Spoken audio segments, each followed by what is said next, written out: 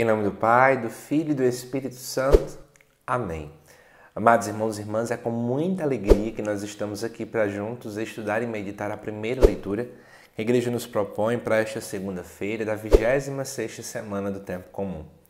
A leitura de hoje se encontra lá no livro de Jó, no capítulo 1, do versículo 6 até o versículo de número 22, que nos diz assim: Um dia foram os filhos de Deus apresentar-se ao Senhor, entre eles também Satanás.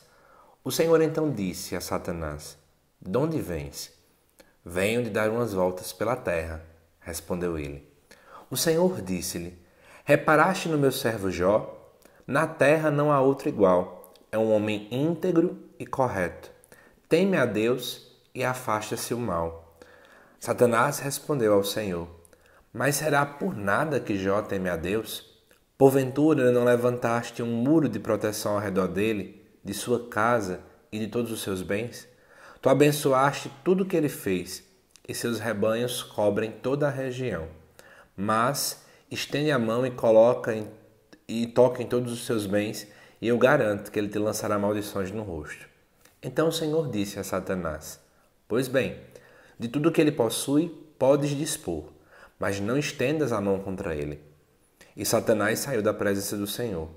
Ora, no dia em que os filhos e filhas de Jó comiam e bebiam vinho na casa do irmão mais velho, o mensageiro veio dizer a Jó: Estavam os bois lavrando e as mulas pastando a seu lado, quando de repente apareceram os sabeus e roubaram tudo, passando os criados ao fio da espada.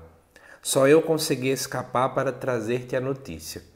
Estava ainda falando quando chegou outro e disse: Caiu do céu o fogo de Deus e matou ovelhas e pastores, reduzindo-os a cinza. Só eu consegui escapar para trazer-te a notícia. Este ainda falava quando chegou outro e disse: Os caldeus, divididos em 3 bandos, lançaram-se sobre os camelos e levaram-nos consigo.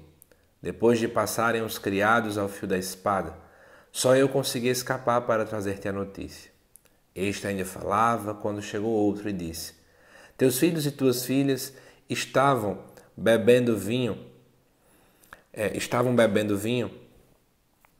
na casa do irmão mais velho, quando um furacão se levantou das bandas do deserto e se lançou contra os 4 cantos da casa, que desabou sobre os jovens e os matou. Só eu consegui escapar para trazer-te a notícia. Então Jó levantou-se, rasgou o manto, rapou a cabeça, caiu por terra e prostrado disse: Nu eu saí do ventre de minha mãe, e nu voltarei para lá. O Senhor deu, o Senhor tirou, como foi do agrado do Senhor, assim foi feito. Bendito seja o nome do Senhor. Apesar de tudo isso, Jó não cometeu pecado, nem se revoltou contra Deus. Amados irmãos e irmãs, deixa eu te contextualizar, porque nós vamos agora, durante um bom tempo durante a liturgia, refletir sobre o livro de Jó. O livro de Jó ele é escrito na contramão de uma teologia que estava em vigor naquele momento, que é a chamada teologia da retribuição. E qual é a compreensão que ela tem? Aquele que faz a vontade de Deus ganha muitos bens, aquele que não faz não ganha muitos bens. Então, partindo desse pressuposto, ter muitos bens era sinal, da bênção de Deus, era sinal da presença de Deus. E caso você não tivesse alguma desgraça na sua vida, era um sinal concreto da maldição de Deus. É mais ou menos nesse contexto.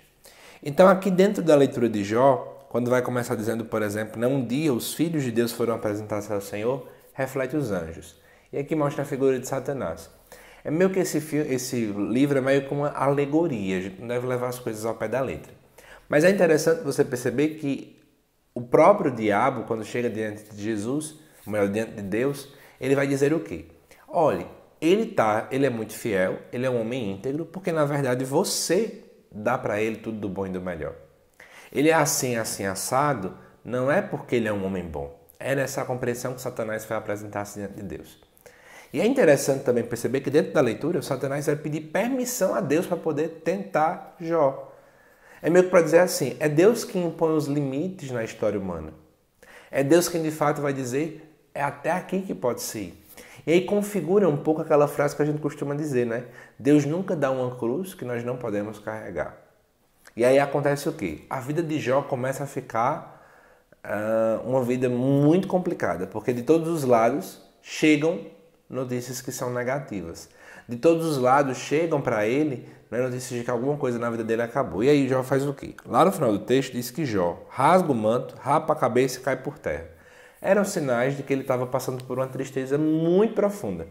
E aqui diz, né, nu saí do ventre de minha mãe e nu voltarei de lá, né? O Senhor deu, o Senhor tirou, bendito seja o nome dele. Ou seja, eu nasci sem nada.